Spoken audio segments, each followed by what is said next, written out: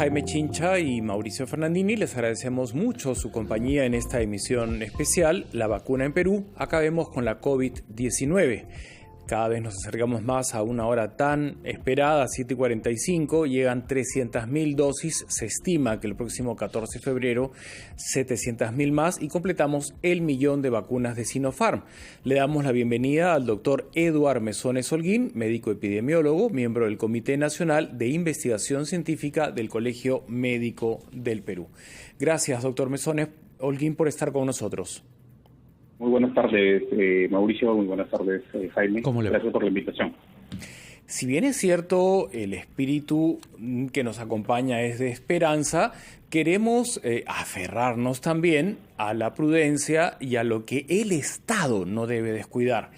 Llegan las vacunas y en paralelo los reportes que recibimos de Huánuco, de Huancayo y de Ica son aterradores por la falta de oxígeno. ¿Cómo finalmente podemos, de alguna manera, enmendar esta estrategia para ya no escuchar que a personas se les acaba la vida no por la COVID-19, sino por la falta de oxígeno?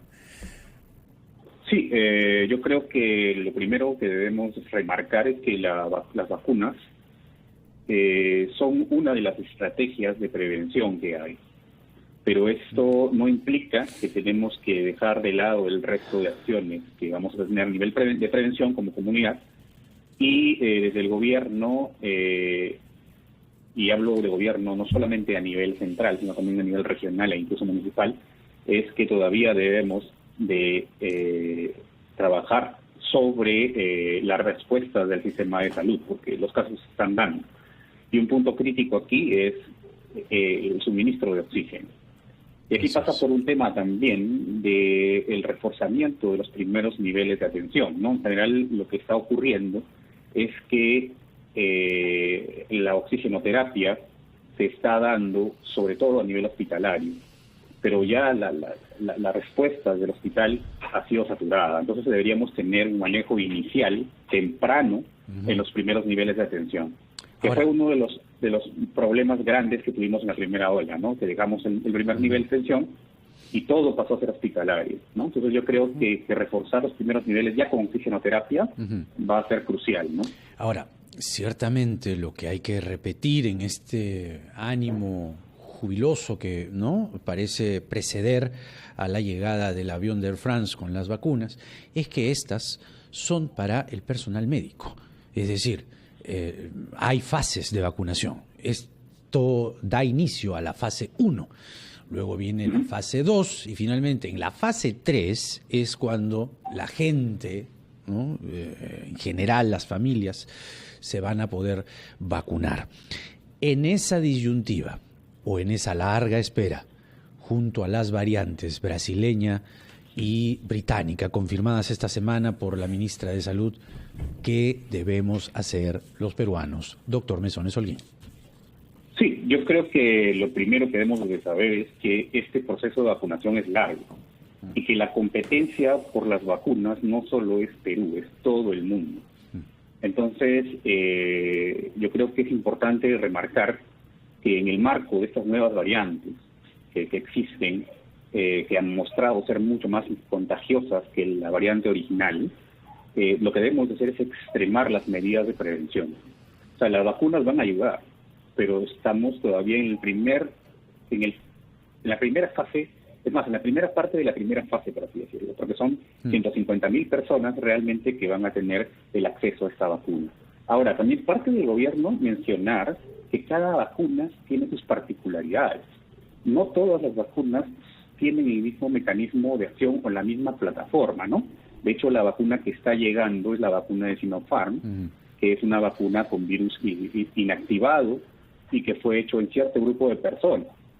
Entonces, va a venir la de Pfizer, que fue hecha con ARN mensajero, va a venir la de AstraZeneca, por ejemplo. Entonces, cada tipo de vacuna ha tenido o tiene un grupo de personas donde ha sido estudiada.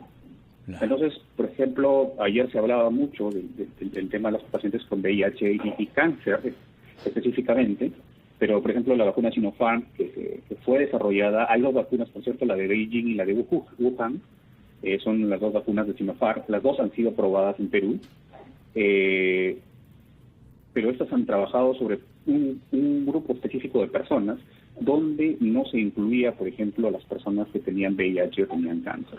Entonces, por aquí yo creo que pasa un punto, es mantener todavía las medidas de prevención, pero además como gobierno y ustedes como medios de comunicación es transmitir a la población realmente qué particularidades hay de cada vacuna y cómo es que se pueden usar, ¿no? O sea, un programa de inmunizaciones es mucho más complejo que la vacuna, ¿no? La vacuna es el biológico que va a llegar, pero el programa implica toda una logística y también, de hecho, la comunicación. Y considerar también, que de hecho lo he visto dado por ustedes, que casi la mitad de la población en la última encuesta prefiere no vacunar. 48%. Sí, es altísimo. Sí, casi la mitad, ¿no? 48%. Entonces, yo creo que debemos de reflexionar para dar mejores mensajes y transmitir confianza, porque si solo la mitad se vacuna, lastimosamente, bajo las estimaciones que se han hecho, no llegaríamos a la inmunidad de rebaño que requerimos, ¿no? Exacto. Entonces, la vacunación no solo es individual, no solo es que yo quiero para mí y ya. No, ahora, doctor, una muestra de solidaridad. Sí, los científicos han encontrado la vacuna en un tiempo sumario, cosa que celebramos, y faltan escasas horas para que esté aquí en nuestro país. Pero en el mundo, comunicadores, antropólogos, sociólogos no encuentran el mensaje eficiente para cambiar los hábitos de vida. No solamente es en nuestro país. Si vemos el transporte público, está hacinado. Cualquier combi o interdistrital, ahí sigue viviendo la COVID-19. Y las aglomeraciones se suceden y las ganas de hacer fiesta de algunos compatriotas subsiste. ¿Cree que con una campaña, a pesar de que esto da esperanza a la vacuna en nuestro país, podría contrarrestar estos hábitos de vida que no favorecen acortar la cadena de contagios? Yo creo que no es tan simple, ¿no? Primero, yo creo que el egoísmo y la falta de solidaridad, en el caso nuestro, Perú, y creo que varios países, ha sido o es una amenaza para la salud pública. Porque claro, uno entiende que hayan personas que tienen que ir a trabajar, entendemos también que estamos en un país con alto nivel de informalidad, que muchas personas viven del día a día, pero no entendemos cómo así no se puede posponer actividades recreativas de cierto tipo, no fiestas, etcétera, que en realidad nos perjudican. Y el mensaje que creo que debemos de dar, primero, como país, pasa por evaluar que no somos un país homogéneo y que el mensaje que quizás nosotros podemos compartir o que se puede compartir en Lima no va a ser similar a lo que tengo que decir en Iquitos o que tengo que decir en Piura o en Puno. Eso yo creo que es bien importante y nuevamente el mensaje pasa por no dar falsa seguridad de decir, por si acaso, si te pusiste la vacuna ya puedes hacer todas las actividades como si fuera la normalidad anterior. Eso no. ¿Por qué? Porque en principio los estudios clínicos que fueron desarrollados tenían grupos con vacuna y sin vacuna, pero en ambos grupos continuaban las medidas de prevención. Entonces, cuando hablamos de esto hay que hacerlo con cuidado. Así es. Yo creo que hablar que las vacunas...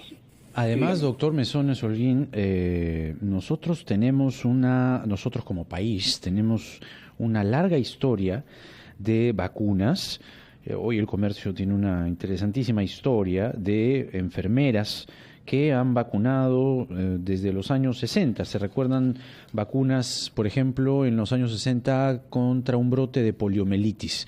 En el año 2006 nos recuerdan que se cumplió el récord de vacunar en solo 45 días a 20 millones de peruanos entre 2 y 39 años contra el sarampión y la rubiola.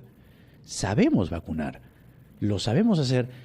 Y no es la primera vez que nos lo hacemos. Una gran mayoría de peruanos se ha vacunado, nos hemos vacunado toda la vida. Y además esta vacuna es como las clásicas, ¿no? El virus inactivo genera inmunidad y listo, estás protegido. ¿Cuándo antes uno decía, no, a mí me ponen la Pfizer, no, a mí me ponen AstraZeneca, por favor, la China yo no? Claro, a pie de página da mucha risa esa gente que lo dice en su iPhone Made in China. Pero más allá de eso, ¿desde cuándo esa exquisitez, doctor Mesones Holguín? Usted que es médico o digamos, investigador, y puede, digamos, recordarnos que la gente no era así. ¿Por qué nos hemos vuelto tan exquisitos? Yo creo que a modo de anécdota, yo algunas veces entre amigos decimos, antes del 2019 Perú tenía 31 millones de directores técnicos de fútbol. Ahora tiene 31 millones de epidemiólogos. el problema está en que la información que se llega no tiene filtro. Exacto. Entonces, el acceso a la información es mucho mayor y las teorías de conspiración y la mala información también tienen ese efecto. De hecho, un artículo publicado hace un par de días en Nature menciona que un factor clave para poder llegar a las mejores coberturas de vacunación pasa por el acceso a información un poco más veraz, ¿no? Entonces, estas teorías de conspiración y esta mala información lleva a que las personas no quieran vacunarse. De hecho, Perú es uno de los países que tiene uno de los mejores esquemas de inmunización en América Latina, uno de los países que más invierte y tiene personal sumamente capacitado. De hecho, el viceministro de Salud Pública, el doctor Suárez, tiene muchísima experiencia en el manejo de enfermedades y de epidemias. Y de hecho, la nota que hace Gladys en el comercio es sumamente interesante. Muy interesante. La experiencia de Mariana, por ejemplo, que fue coordinadora de inmunizaciones en mi país. Sí. Yo tuve la posibilidad de trabajar con ellos cuando estuve en el Instituto Nacional de Salud hace algunos años. Entonces, sí hay experiencia. Y también tienes que verlo desde el punto de vista de cómo te sentirías más cómodo. Que venga a ponerte una persona que tiene experiencia de manejar este tipo de vacuna y que lo ha hecho por años, o que vengan a ponerte una vacuna que recién vamos a saber cómo se hace. Claro. Entonces, y la logística que pueda tener. Esta es una vacuna como las de toda la vida. Claro, virus inactivado y a nuestros hijos le hemos puesto. O sea, así es. Y hay la logística de la cadena de frío para llegar a muchos rincones del país. Claro. En cambio, si yo quisiera colocar la de ARN mensajero, que es una tecnología un poco más moderna, que requiere, en el caso de Pfizer, menos 30 grados, en el caso de Moderna, menos 20 grados, eso implica una inversión logística que quizás no me va a permitir llegar a los lugares más recónditos. Exactamente. Entonces, este informe que acabamos de comentar recuerda el caso de la enfermera Janet Dávila, que en 1978 tenía que vacunar contra la polio, la difteria y el sarampión, y tenía nieve del volcán Ubinas y una caja de Tecnopor. Alucinante. ¿No? Y con eso mantenía la refrigeración, con la nieve del volcán Ubinas. Doctor Mesones Holguín, muchas gracias. Sí.